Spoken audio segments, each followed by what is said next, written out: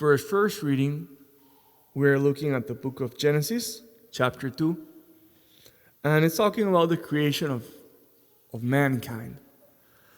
And it says that God created man from clay.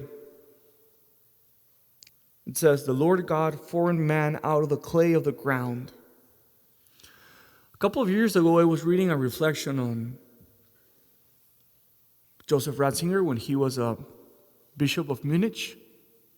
And he was reflecting about this passage, about what it meant to be made out of clay. So he opened up his reflection with this question: is this a good news or a bad news? Is it good for humans to discover that they are made of clay?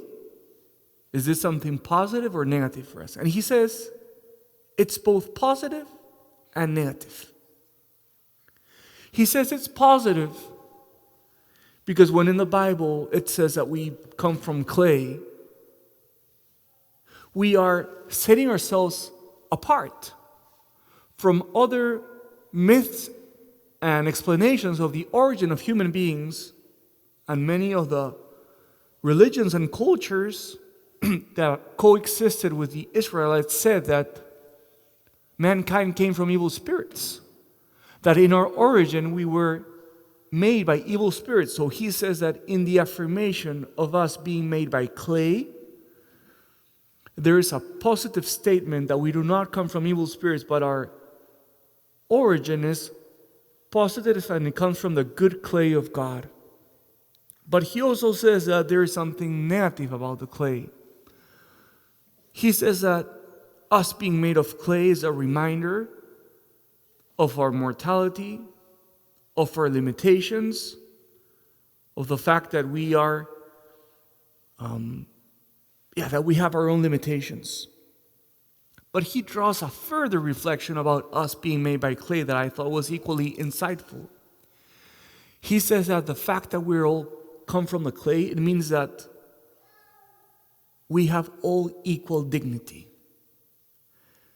He says that the Bible makes a statement from the start that no matter what your race, no matter what your intelligence, no matter what your beauty, no matter if you're the president or if you're the janitor, we all have the same origin. We all come from the clay of God.